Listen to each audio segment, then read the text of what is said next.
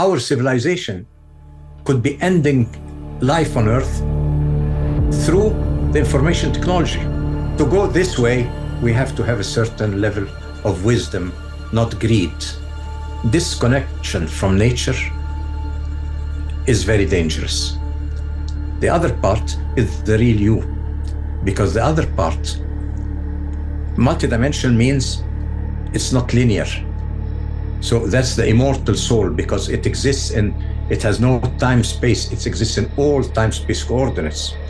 So you think you asked the question and got the answer, but actually it's the answer inside you that prompted you to ask the question. Because we have nothing to teach. Our temples are temples of experience. If my body is run by multidimensional time of the universe, so actually I should live forever.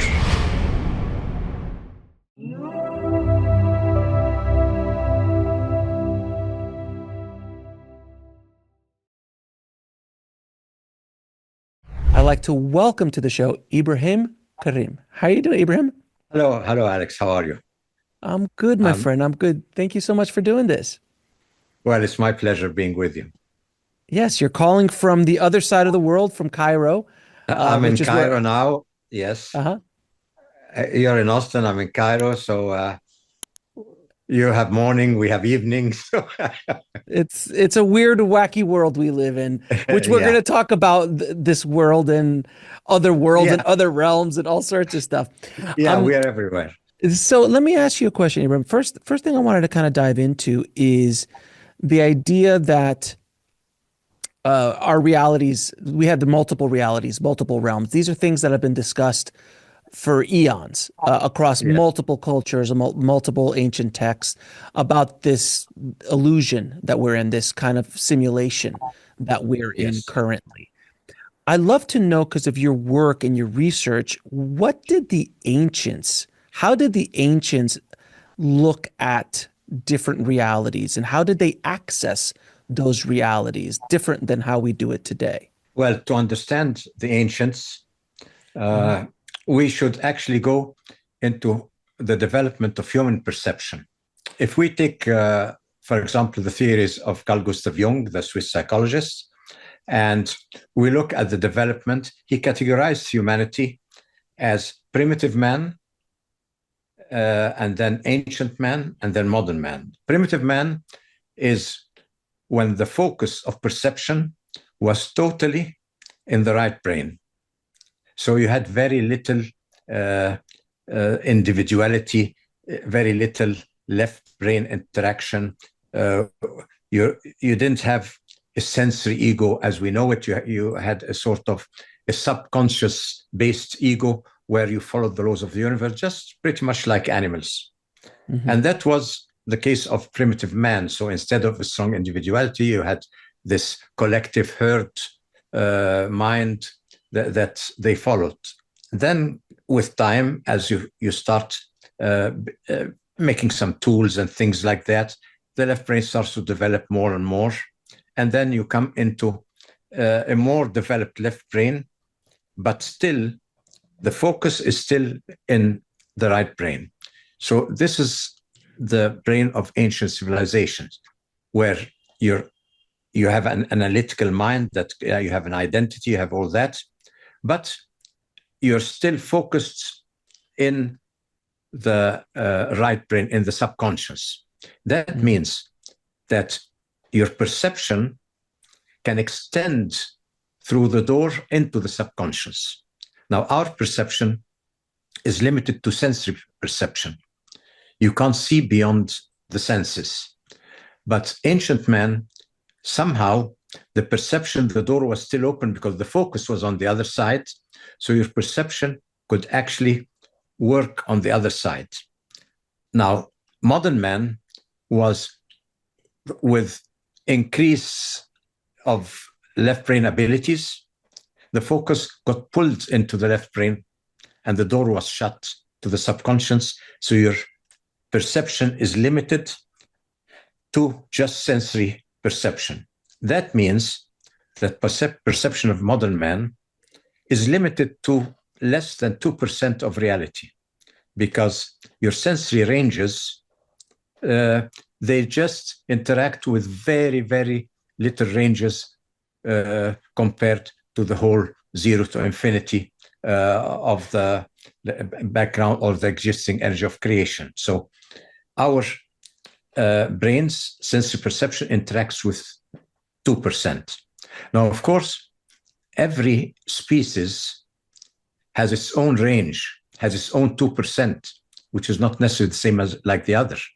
And we know that sensory perception creates the external world through projecting it. I mean, you make a picture in the brain, and then you project it, this picture, on the background of reality. So it's not complete illusion. It is actually forming, it's like drawing a picture on the canvas of absolute reality that you can't perceive all of it. You can only perceive the part you draw. So kind of like rendering a video game. They don't render the entire video game. It's wherever your perception is where they're rendering the pixels to keep you playing the game. Something similar? Yeah, it's just like, imagine you have a bottle full of grains of sand that has all the colors possible. Now, since the grains are mixed, what you see is just a dull gray because all colors and their opposites are there. Now, imagine you wear glasses that can pick up only one color, just let's say the green. All of a sudden, the background disappears, and the green comes out, and you have a green world. You have all kinds of green images and things like that. They're actually fished out and superimposed on the rest of the sand there. So it's, in a way, it's a pattern formed from the background material that you have there. Okay. So you make your own world in a way. So in a way, it's made through your brain. That's why you call it an illusion. But the illusion, the material you use for your illusion comes from the background medium, from the total background of reality. And it's important to understand this background medium because it's a highly energetic background medium, and it's the cradle from which everything else arises because everything is imposed on it.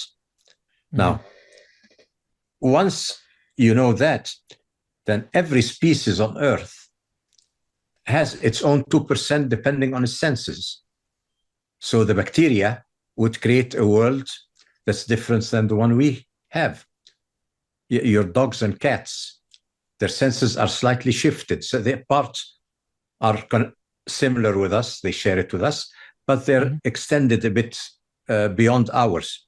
So each one is forming his own material world. And I call material world because the sense of touch is what creates the materiality of the world. The world becomes material and solid because you have a sense of touch in a certain range. If you didn't have the sense of touch, the material wouldn't be solid in front of you. Like without the colors of your eye, you'd see a black and white background, and things that every sense somehow plays its part in the forming of your reality. So you have, depending on all the species that exist, you have superimposed realities, many superimposed realities. Some of them interact together, cross, and some of them don't. And they're in the background, and every species can tune into its own reality, its own world. So now, if we know that, that is the case of the modern brain, that each one has its own reality, its own 2%, it can tune into it. But now, this in-between stage between primitive man and modern man is where you have ancient humanity. Now, ancient humanity has an advanced left brain sensory perception, but the door is still open to the subconscious, to the totality. So actually, you would think that, the door is open, so it can actually perceive a bit more in the subconscious. You see, if you think it perceives here, plus it can look into the window and see a bit of the subconscious. It's not exactly like that. Because to understand that, we have to go into the creation of time and space. Now, our sensory perception creates linear time, because we know that time moves forward in a way. It's linear. Time and space are linear. But that is not, it's a sensory created time. It's not the real time. See, and unfortunately, all our scientific theories about time, they actually relate to perceived time. They don't tell you the true nature of time. They just tell you different ways of perceiving time. And all the theories are theories of how you perceive it, how you interact with it. Did it start with the Big Bang and continue forward in a linear way? Did it do this? But this time perception is not the reality of time. The reality of time is you have time is like a center of light radiating in all direction. Now, the center of light that radiates as a pulse. So it pulsates out, in, out, in, out. So creation, the duality of creation is a pulse. See, but pulses enter into resonance with similar pulses, you know. So the pulse of creation would be a pulse that is very tiny, and it creates harmonic pulses, bigger and bigger, bigger, till the whole pulse of the universe. So all creation is made out of pulses that are harmonically interconnected to form one unity. It's a bit difficult to imagine, but imagine that time is a pulsating reality. Now, this pulsating reality, when you have billions and billions of pulses and all different sizes pulsating together and very, very, very fast, when the speed increases, you get the sense of a completely still medium. So you get the background is a still medium. That's why scientists who only think of perception thought of this medium as empty space. So science used to call it the void or something like that, because it's inert. But what they don't know, that this is the highest form of energy exists, and it appears to you inert. But creation, everything comes out and back into this background. So imagine this background is made of, pulses. So the background of creation is made of time. Time is the weave of the background of creation. Because those pulses, they are somehow, the law of time controls the pulse of duality. So time is the background weave of creation, but this pulse is a conscious pulse. Why do I call it a conscious pulse? Because when the pulse expands, you get the archetype of all radiating forces. When the pulse contracts again, you get the archetype of all inward going forces. And the universal mind would be the interaction of outward going, that would be mental energy, and the inward going would be self-reflection. And when you have an outward going and the self-reflection, you get mind, because mind cannot be done with one direction. It has to have both reflection and self-reflection. Self-reflection going in is actually what you call emotional energy. So emotional energy is, in a way, a self-reflection of mental energy, going in the opposite direction towards the center, you see. So now, this would be the background weave of the universe.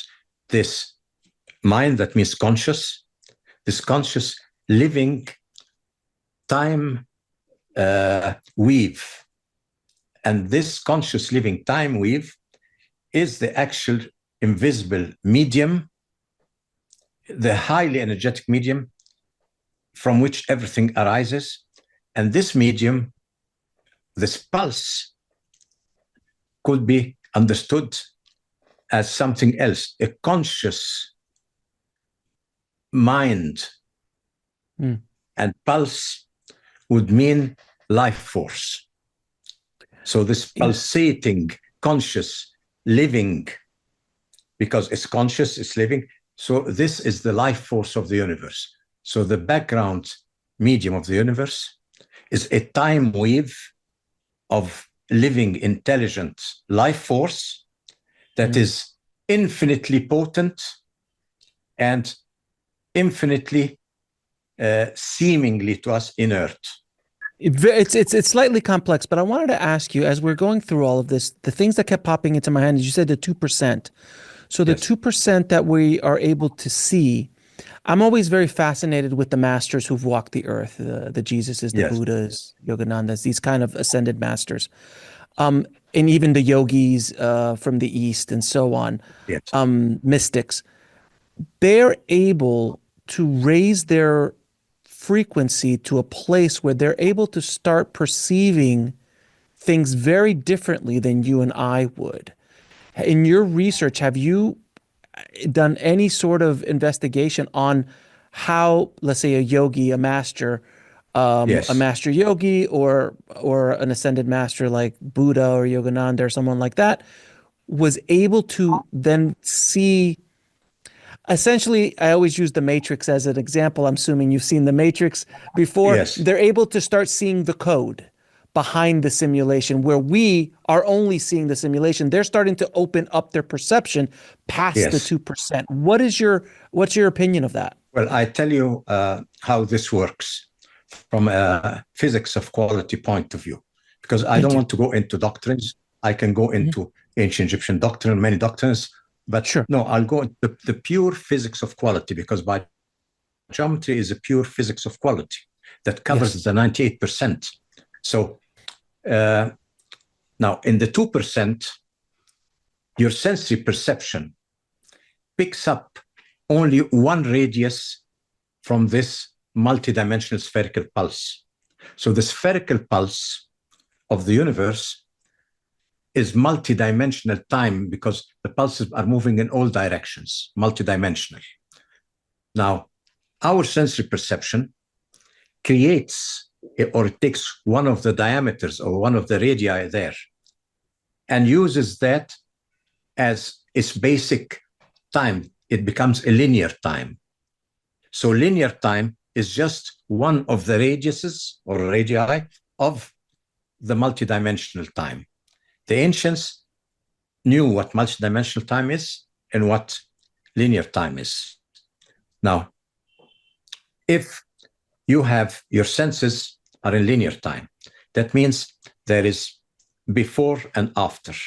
Now, your sensory perception, if you want to speak about the yogis and all that, or any form of channeling, because it goes to your sensory perception, is bound by the linearity of time. That means by the laws of cause and effect. So you have before and after, cause and effect. That's one thing. And then, because you have that, means any information that comes from the 98% has to be translated into the linearity of linear time and space, because the original information is multidimensional. So you only see one aspect of it. You don't see the total information. Now, this one aspect of it that comes into time, your time and space, it has been time-stamped, space-stamped, put in a linear way before and after, and so years. But then it cannot be perceived yet. To be perceived, there is in the left brain an act of personification in order to give it an identity and separate it from the background.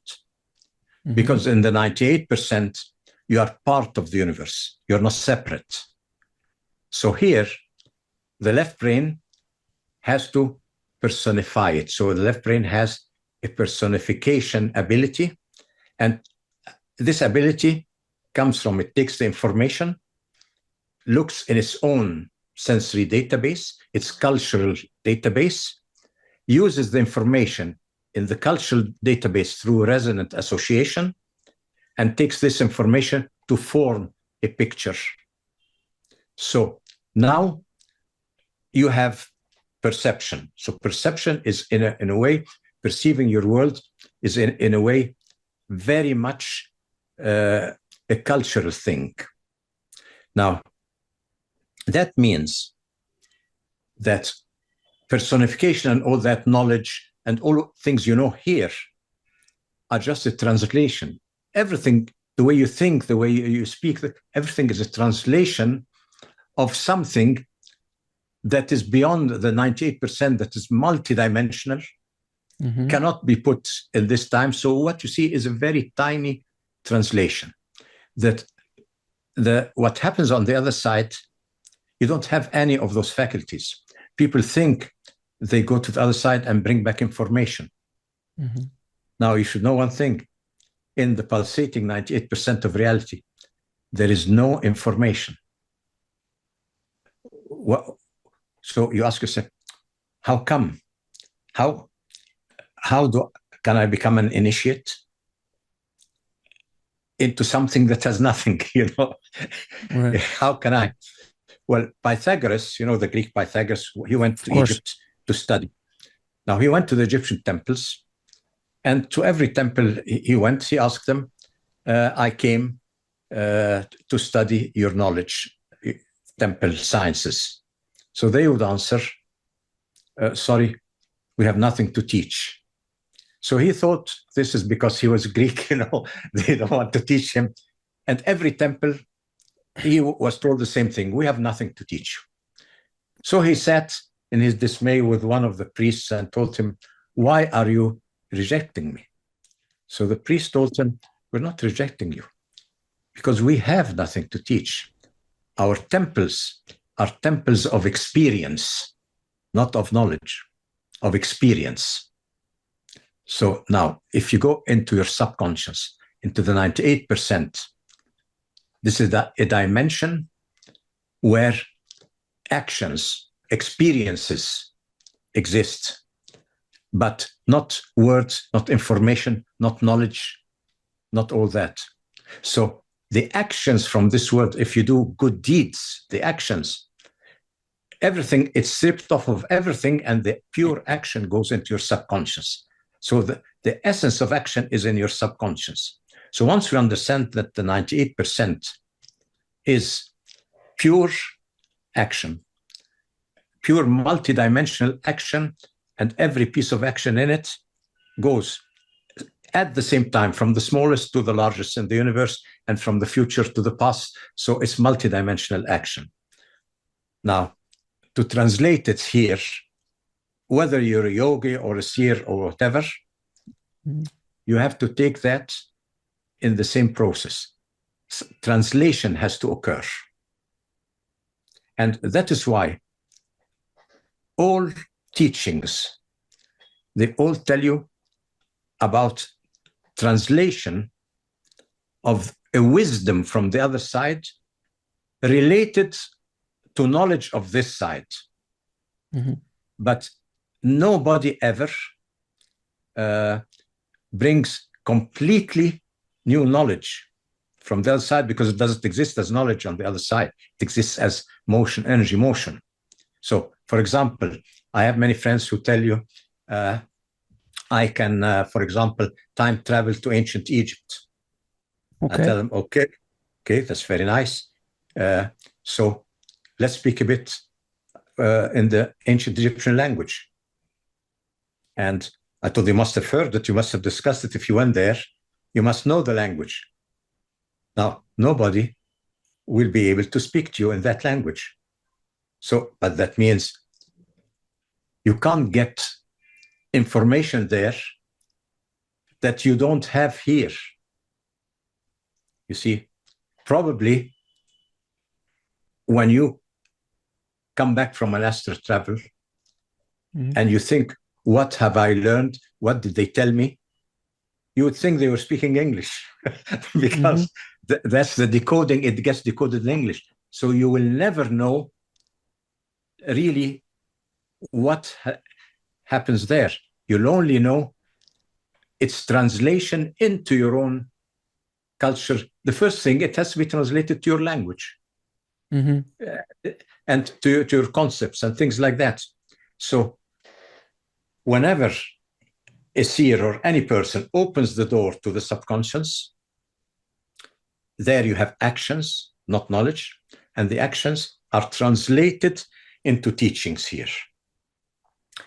The real subconscious part in them is not in the words, is not in the actions. The real thing is in the wisdom of energetic interactions behind all what the seers are saying.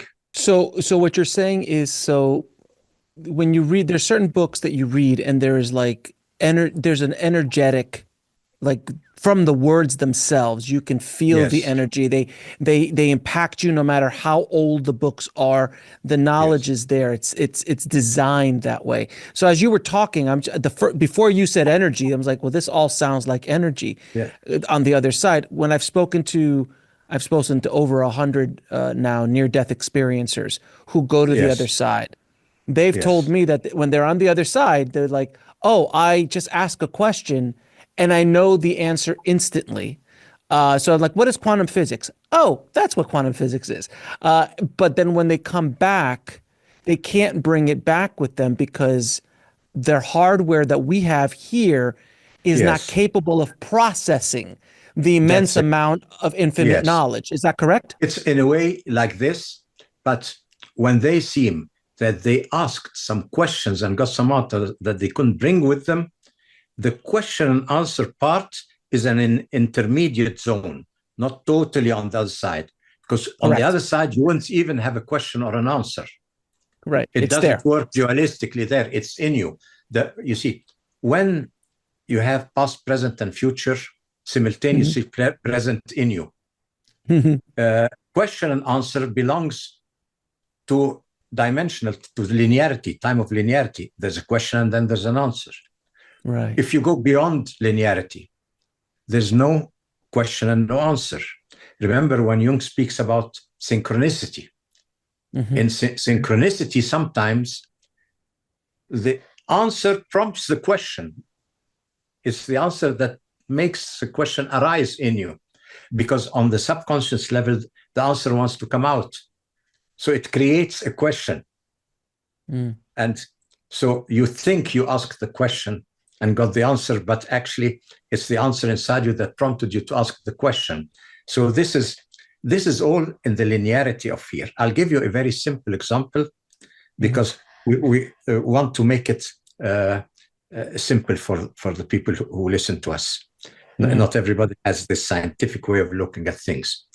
If you, Alex or Ibrahim, to know who you are, to have an identity, to say, I am Ibrahim, I have to have a working brain to begin with. And this working brain has to use its senses.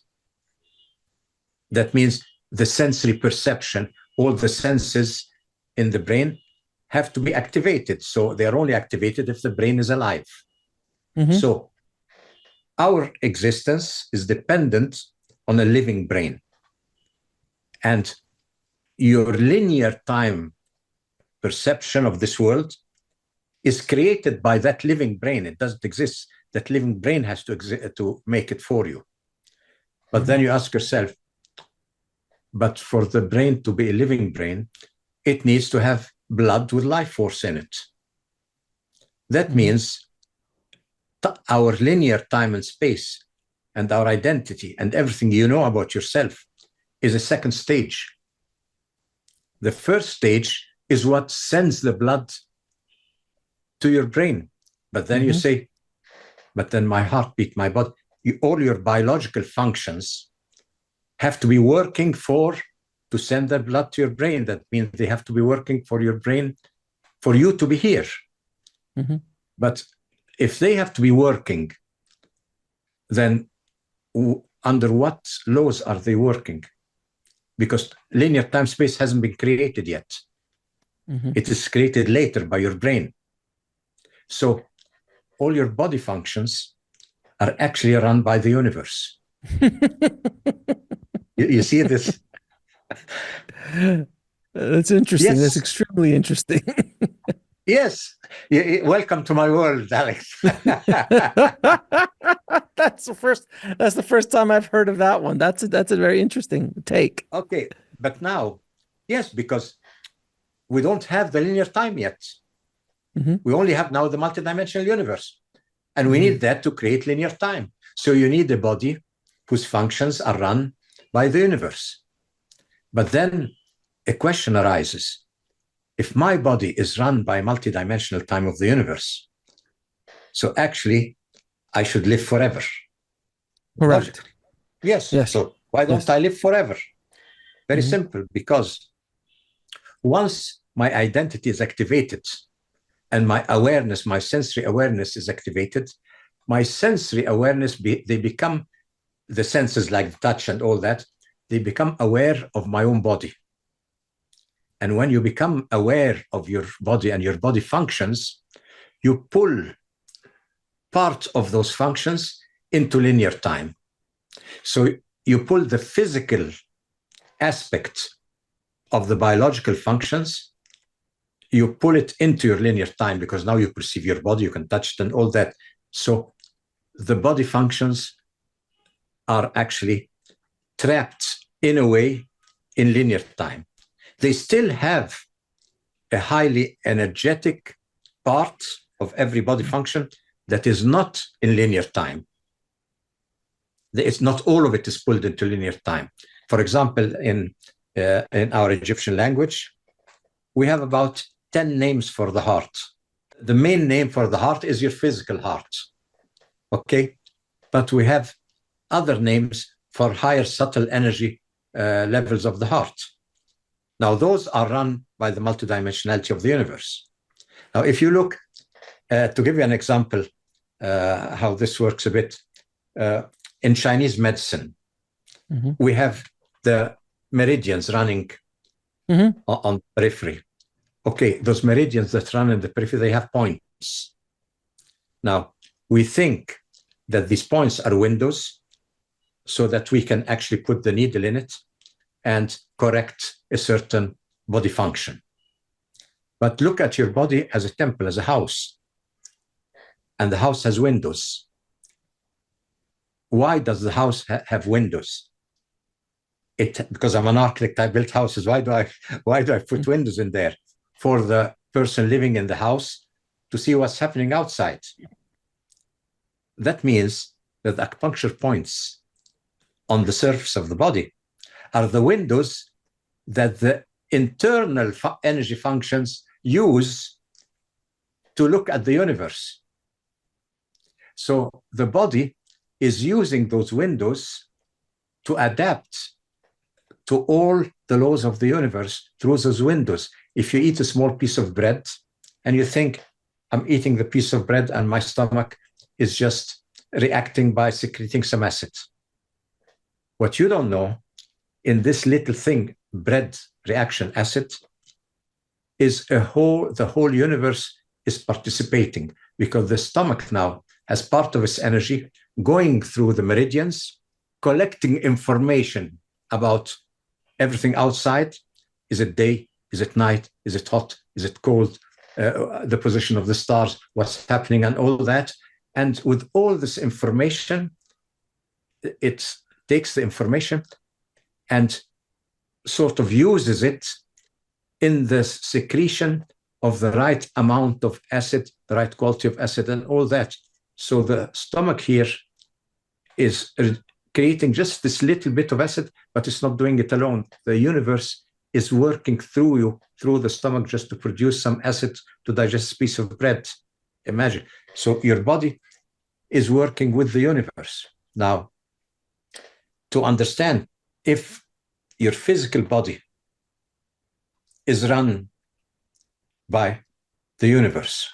Now, we are in a split dimension in in a way that the physical part, you have a physical part of every organ of the body, and the physical part of the organ can get sick, can get old. It's going to linear time. But you should understand that higher dimensions of that same organ that is getting sick, that can grow old, its inner energetic making is multidimensional, is through the universe. And now we can, well, there's no time here, but I can show you little tricks and things that you can do. So when the organ is getting older or is sick or something, how you can sort of revive this connection to its multidimensional part to produce healing. So any organ can be healed if it is the connection to its multidimensionality is restored. Then this is, in a way, the invisible essence in all aspects of energetic healing. Is not you doing the healing, it's the universe doing it. And so if you understand it, the body becomes a fantastic thing.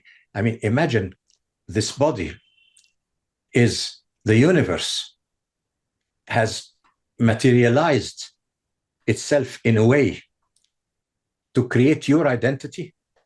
And imagine that there's a multidimensional time working in the functions of the body. Now, I was just speaking about the biological functions of the body.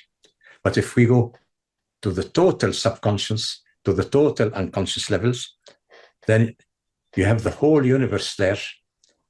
And this is where, you see, you should imagine that modern people or modern humanity has a split personality. We have the sensory personality, the ego and everything is one thing. That's what we are aware of. The inner part that has to do with the whole universe, the subconscious, and all that, we are not aware of that. So this is, the other part is the real you. Because the other part, multidimensional means it's not linear. So that's the immortal soul, because it exists in, it has no time space, it exists in all time space coordinates. Now, imagine yourself not going, people speak about near-death experience, I go to the other side and come back, or that means that after I die, or you call it life after death, does life after death exist and all that? All this is not true. Because after, the word after means linear time. Of course. So how can you speak about reincarnation, about death, about all those things in linear time when they're actually happening in multidimensional time, which is eternal, permanent existence? So you are not going to a life after you die. You're already in it. If you, yes, if you think, if you create heaven here, you have it there when you go out. If you create your hell here, you have it when you go out. There's no before and after when speaking about the immortal soul. So just imagine that you have an ocean. That's the primordial ocean of life, where everything exists. Now, imagine a leaf is floating on that ocean. Now, you are part of that ocean. You're conscious part of that ocean. You see the leaf. You want to go and see what's on the leaf. So you climb on the leaf. That's your left brain perception. Sit on the leaf. Now you see the leaf. It's green. You see its borders. You're watching things. You're on the leaf. But then, when you're on the leaf, because you're so interested about this novelty of having a leaf and you sitting on it, you forget where you came from. You forget that you're a drop from that ocean that just happens to be on the leaf. But really, you are a drop. You're still a drop, whether you're on the leaf or out or not on it, you're still a drop. Now, as the leaf goes on with time, it will sink again in the ocean. It gets enough, it will sink again. So you're back in the ocean. But you were always a drop to begin with. You never became something else. So here, part of your consciousness has moved into the physical body, into the senses, into your five senses. And it moves less temporarily. While the real you, why I say split personality, because in modern man, left brain perception is separated from the right brain perception. So you have a roommate in this body, and this roommate is a sort of a multidimensional, ever living, ever present. This is your real, you can call your roommate, depending on your culture, call it whoever you want. Now, we don't want to go into doctors, we're just physics. So your roommate is in there, and he's always there. But the thing is, you don't speak to your roommate. You interact, you go out and come, and you never speak to your roommate. But once you leave the apartment, he'll have it all to himself. So in ancient times, now ancient man, if we go back to ancient Egypt, for example, you didn't have those twin souls, immortal soul and mortal soul. You had a combination, a hybrid soul. Now, this is where the interesting part comes in. How can I have a perception, a hybrid perception? That means, how can I imagine a person who sees in linear time and at the same time sees in multidimensional time? How can he see everything and still see linear? This hybrid. I mean, it's much easier to imagine a hybrid car, with fuel and electricity, than imagining a hybrid person. Hybrid perception means now that the ancient Egyptians, having a different perception, having a hybrid perception, they were a different species. They were not the same species of humanity like we are. Because, okay, we see bodies, we see humans that go back 3 million years. But you don't know what's happening in their brains, how they perceive the reality. That you can't tell. Now, modern man, or the Adamic race, actually, modern man, begins with the closing of the door to the subconscious and the left brain or sense perception giving the full control of its actions. So man is now has the total freedom of will. So the sort of taking the will out of the hand of the subconscious, of the laws of the universe, makes you a modern human. Before that, part of you was still in the hand of the universe. So you were a different human. You can look at the story of Adam and Eve coming out of heaven into earth as this change, this moment of that the door. I call that the great shift, because this complete closing, the great shift in the brain, causes a great shift in the world. So imagine that the ancient Egyptians or any other ancient culture were not walking on the same earth like you are walking into, because they produced it out of a hybrid perception. You produce it out of a limited linear perception. So a world produced by a linear perception can't be the same as a world produced by a combined linear and hybrid and multidimensional perception. So how would they form their world?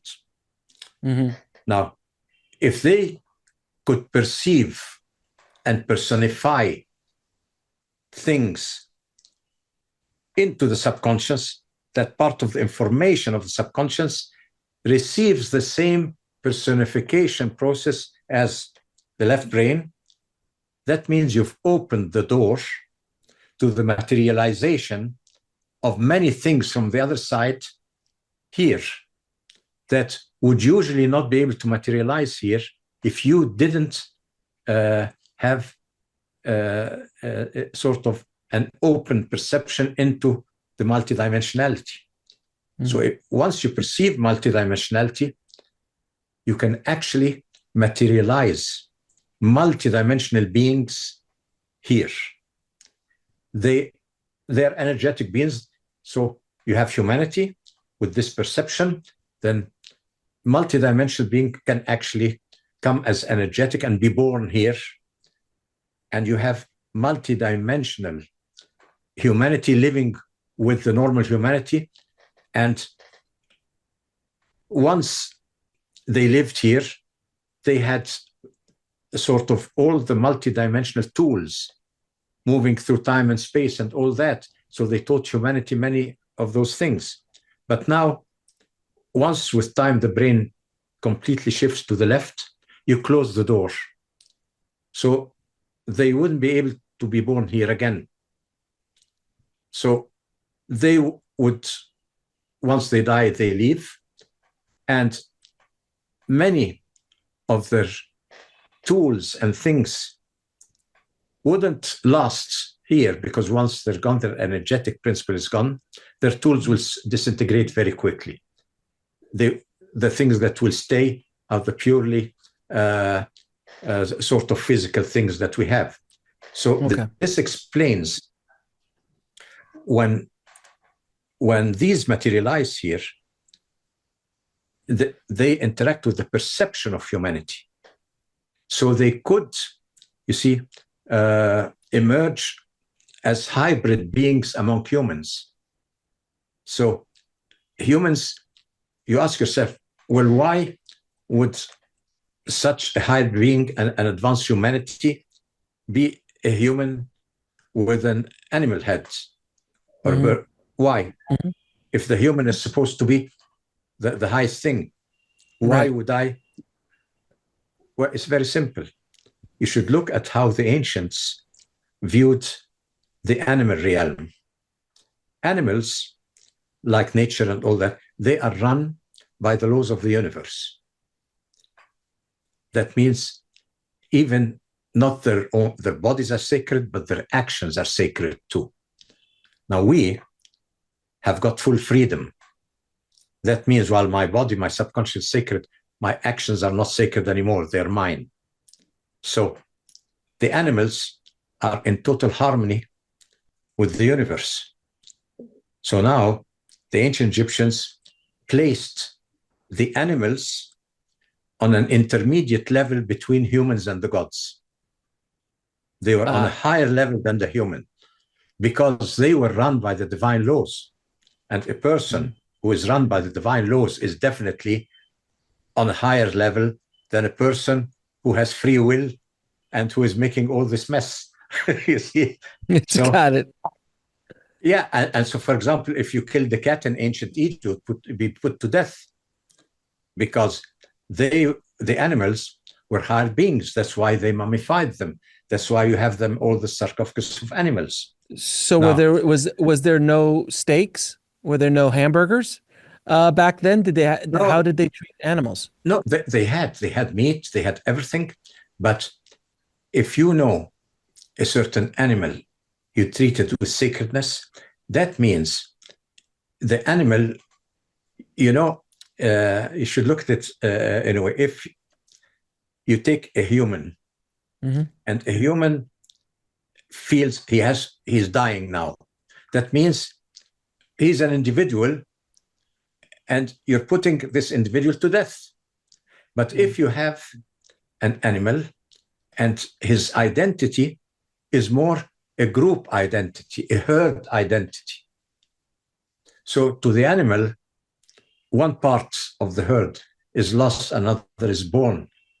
And the animal is walking here and on this other side as well, because his perception is wider than yours or mine. So he's walking in both at the same time. So moving from one into the other is like going from this door to the other door. So shedding the animal, shedding his body, like a snake shedding his skin or something, is no big deal. So, but when the animal does that, there were sacred rites to be performed. Sacred rites to be performed.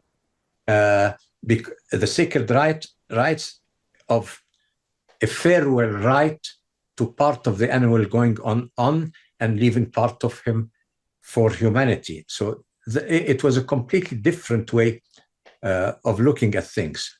But now, if you look at it that way now, when some higher beings come into our dimension and they are born through us and materialize and live among us, giving them animal heads or bird heads is giving them a higher respect, is placing them on a higher level than humanity. You see, like the shamans who wear animal heads and all that. Sure. People think, yeah, but you'd think today the interpretation is the shaman wears an animal head to get the power of that animal. Right. But that's a very primitive way of thinking. Maybe also to gain the power and to gain the sacred level of that animal in creation. So it's giving the shaman an access to higher dimensions through that animal. It's not as simple as we look at it. So now if we look at the subconscious as a multidimensional thing where everything exists at the same time, so you are there already, we're there all the time. Now, you look at things like death, and then rebirth. It's not like that. You were always there. You took off a suit doesn't mean, okay, you're always there. But then we have a problem. Everything that happens on the other side, we have to interpret through time and space. Otherwise, our mind will not grasp it. The dualistic mind will not grasp it. So you take reincarnation, for example. Here, you have to put reincarnation into linear time, chronologically. I was that, and I was that, and I was that. Okay, that is like telling a story to a child. Okay, it is, in a way, it explains it, but you should not think that it's reality. It's just an interpretation. The reality is, on your other side, every affinity you have here, every interest you have here, on your immortal side, you have multiple time-space dimensions. It's all an eternal present. So you enter into resonance with the same actions. So your part, that special interest, will enter into resonance with the same special interest of another person. Like, I'm an artist. I always used to draw, admire Leonardo da Vinci. So automatically, on my subconscious level, I'm entering into resonance with Leonardo. Now, what happens when I enter into resonance with Leonardo?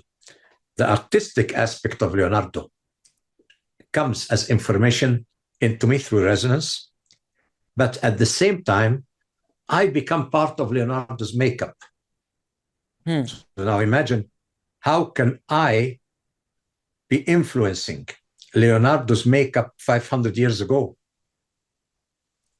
Today, I only thought of incarnation coming in one direction, not me influencing the past. But we are speaking about the other level. On that level, so all those different personalities of every interest you have here. So imagine that every interest you cultivate here, you create a sort of a communication, a reincarnational resonance. And then this thing starts living in you. It lives in you today. So Leonardo is now living in me today, but I'm living in him too, because on the level where we live in each other, on the subconscious level, it's the same time. Now, what happens now if we translate it to our time? all those reincarnational processes become the evolutionary steps that form our life today. So they're playing an evolutionary role into how you evolve. Now, what is even more interesting, that you have played a role. Now, if you go into linear time, I have played a role in the evolution of Leonardo. Not only him here, but I've played a role in his revolution. In his evolution, I mean. So it's a bit, when you go into this multidimensionality, it's like, making a podcast together where we only speak with the voids between the letters, but not with the letters themselves, something like this. This is, my head is hurting after this. There's so many layers and so many ideas and so many concepts. It's like, no wonder I got to put everything in a linear line just for me to even barely wrap my head around it. It's very difficult to do it this other way.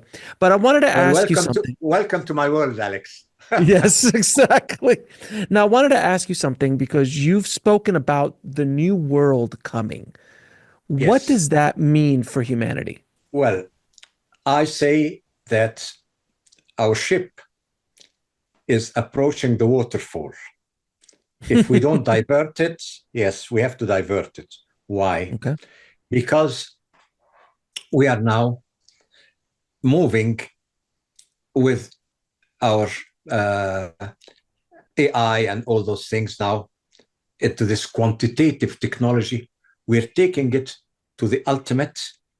And when we take the quantitative world to the ultimate, we lose the connection to the qualitative aspects of the subconscious, because now the left brain is becoming so much more potent, but while it's doing that, the door to the right brain is being permanently closed.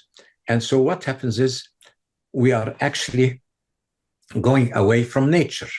So you can say, okay, but that is artificial intelligence.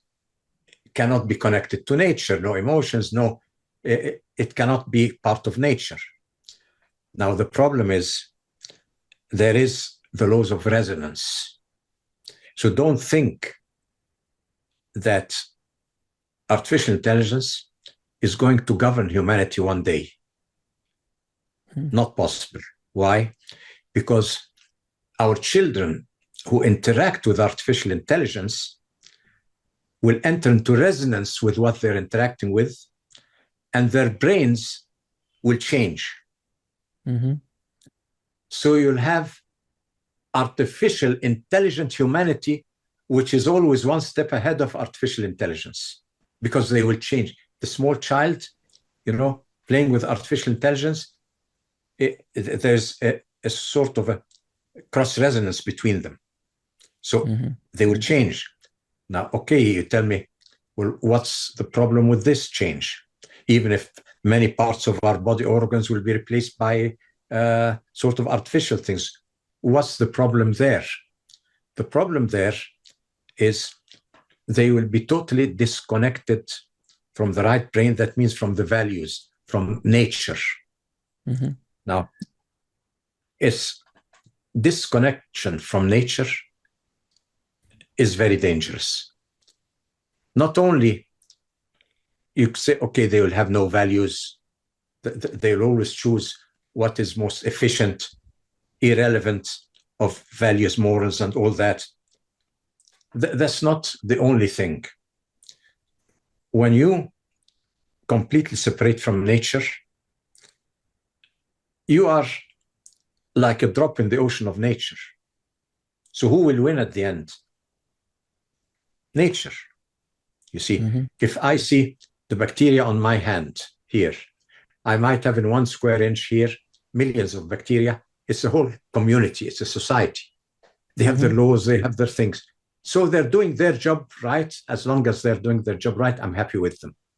Now, if they start thinking of themselves and not of me, and doing what gives them pleasure, not what gives me health, you know, my hand will itch a bit because they're not doing their job. I'll scratch. So if I scratch just like that, millions are gone.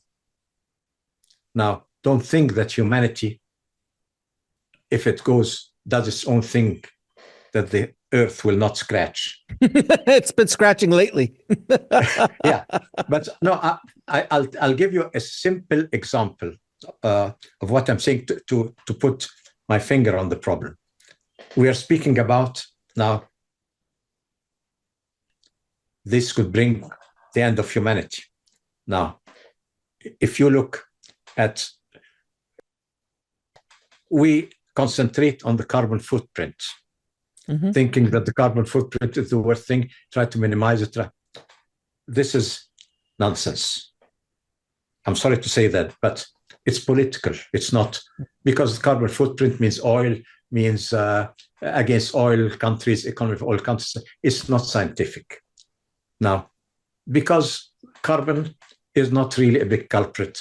You have, for example, the nitrogen-based fertilizers that we use all over the world.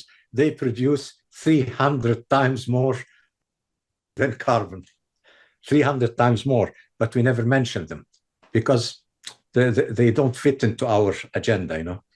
But even we want to replace all this with electricity, electromagnetism. We want because everything electric. Now, what we are not aware of, or do not want to be aware of, that waves and emotion produces heat. Every child knows that. You move something, it produces heat. So electromagnetic waves produce heat. That's how your lamp lights. So the age of information, actually, with all this, so much electromagnetic radiation in the atmosphere, increasing tenfold every day, is actually the main culprit. And so our civilization could be ending life on Earth through the information technology, through thinking electricity is safe. But now, let's look at it that way. Is that the end, or is there a solution?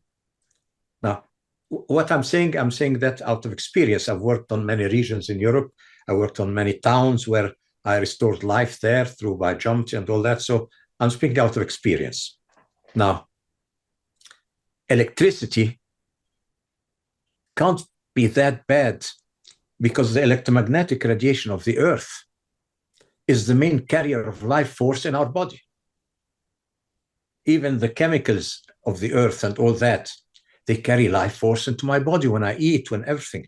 So how come all of a sudden they're bad? They're bad because science does not know what life force is. Science does not acknowledge this background potent energy we spoke about in the beginning. So now we have created electricity, but we don't have the life force factor in the formula.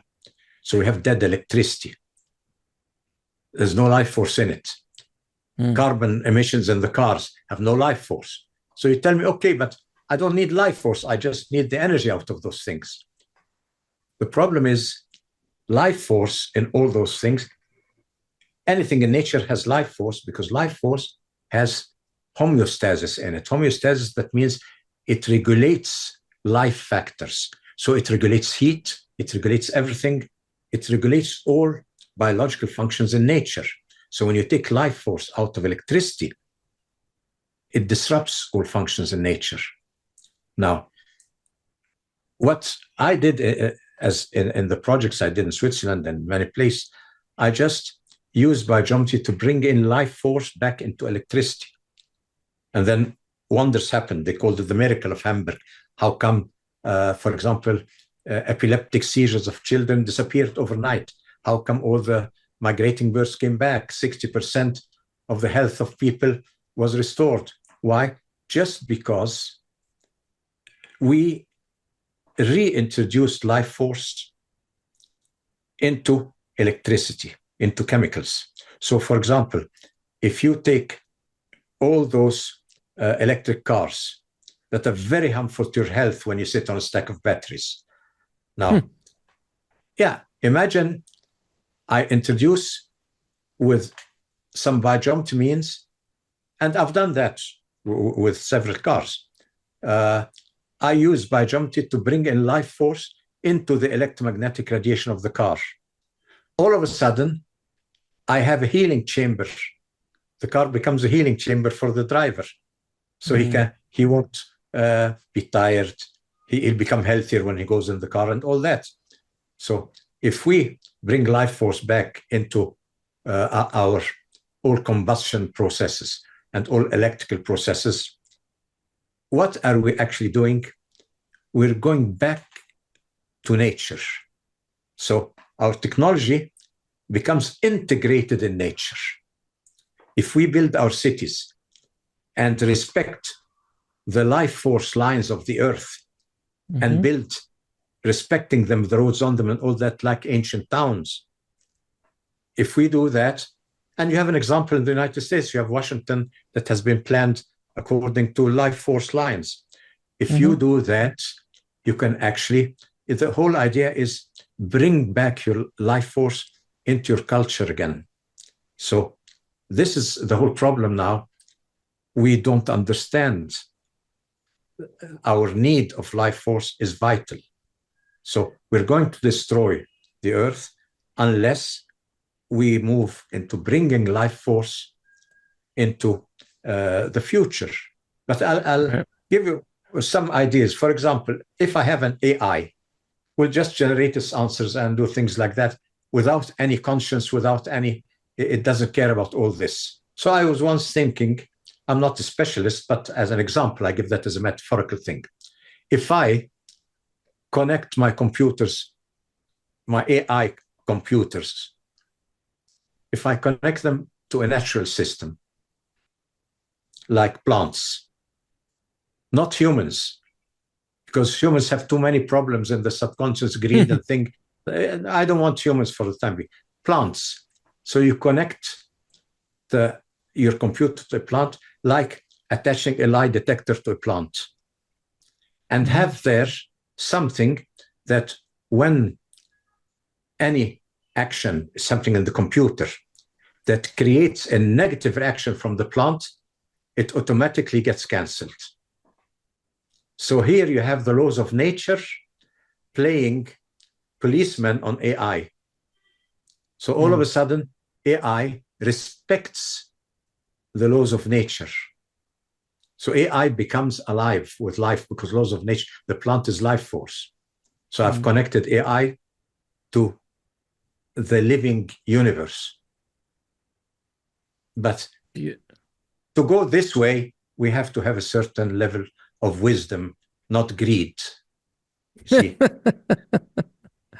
I think we're going to need someone to scratch a little bit before we get there. Maybe, yeah. I believe we're going to have to scratch a little bit. The world needs a scratch. My friend, I can keep talking to you for another 5 hours easily. But I'm going to ask you a quick few questions that I ask all my guests. What is your definition of living a fulfilled life? First of all, is living in my present moment,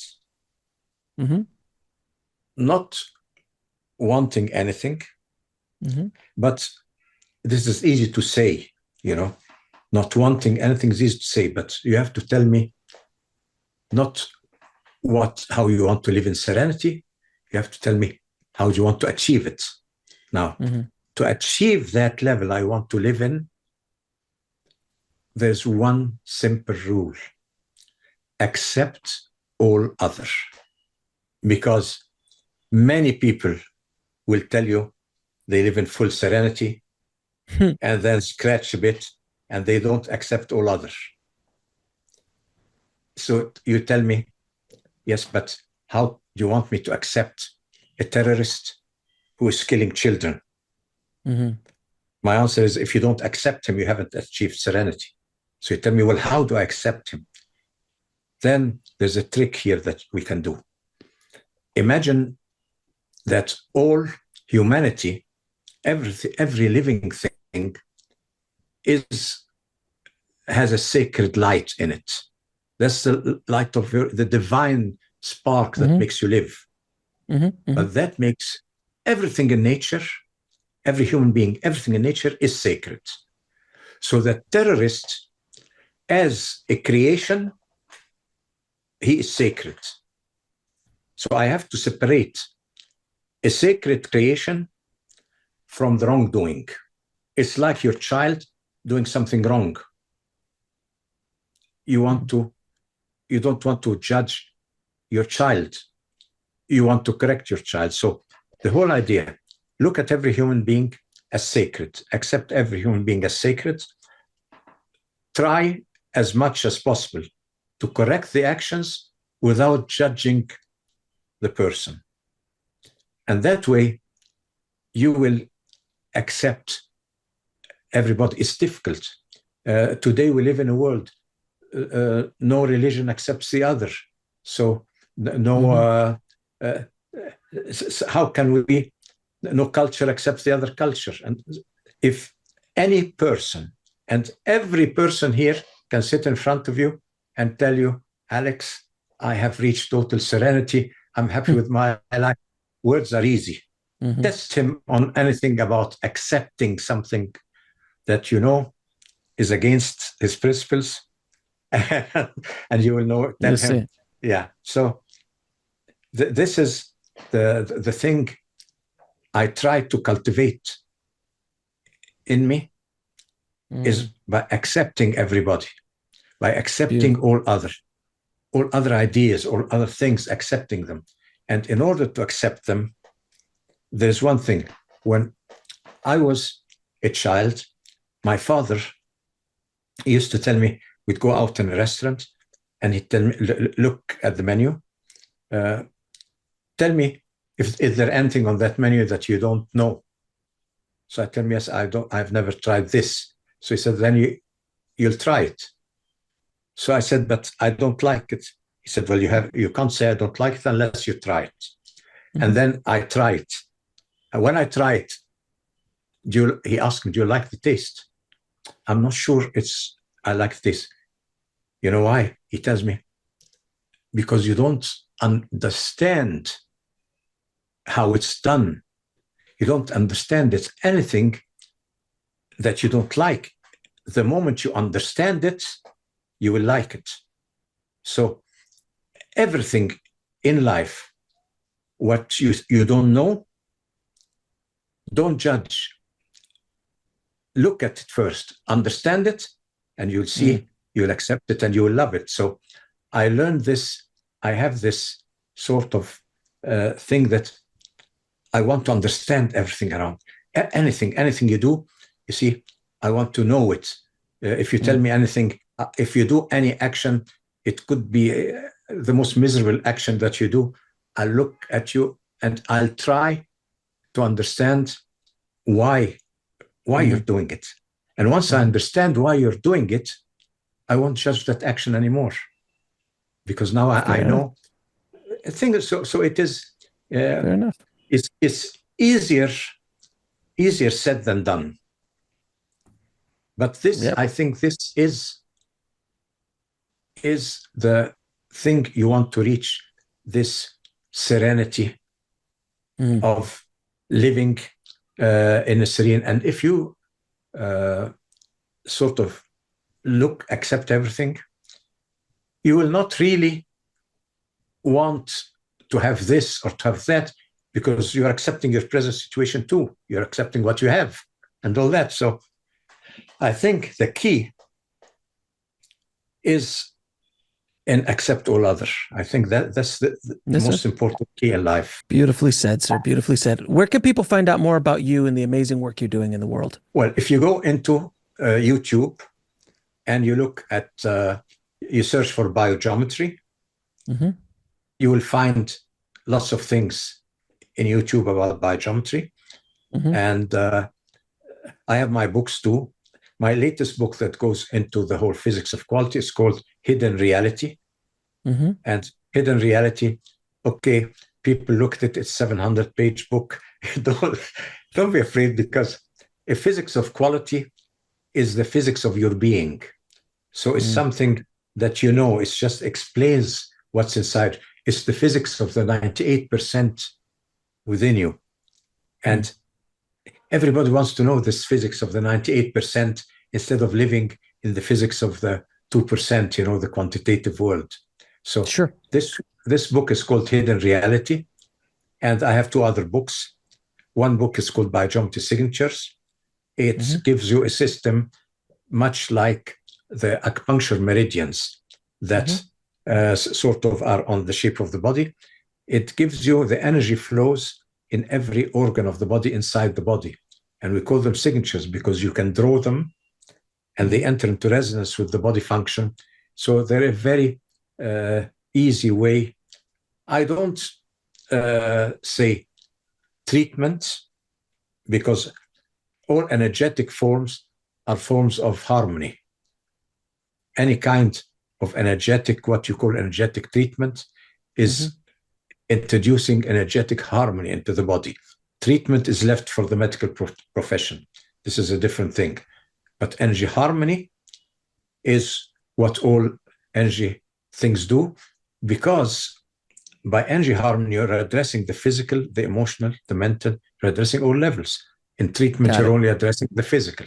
So this book is very interesting for people who want to go that path. It's called Biogeometry Signatures. Then I have my first book that I wrote maybe 14, 15 years ago. It's called Back to a Future for Mankind. That's the simple introductory book. Now I'm writing one that I hope to come out very soon. It's called The Origin of Ancient Egypt. I'm showing the origin of building and the origin of ancient Egypt, but I go back 50,000 years. And we've spoken a bit about that, about how there was a different species with a different brain, how humanity was hybrid and all that. So once we enter the topic which we discussed, now we understand that we are dealing with a different species of humanity. And they are the originals of the civilizations we see today, but we see today with the 2%, we don't see the complete 98%. So the book, The Physics of Quality, is telling people, live the 98%, because now we introduce how our body is living the 98%. You know, your heart brain and your gut brain, they're not in the 2%. They're in the 98%. Very much, very much. Yes. I want to appreciate this conversation so much. I look forward to our next conversation, as I can continue to ask you 1,000 questions about 1,000 different things. Yes. I really appreciate you, my friend, and I appreciate the work that you're doing to awaken this planet, my friend. So thank you again so much for all the work that you're doing in the world. Thank you, Alex, and see you soon sometime. And I'm honored to be on your show. Thank you very much. Thanks for watching. Click on one of the videos below to continue your journey, and don't forget to subscribe.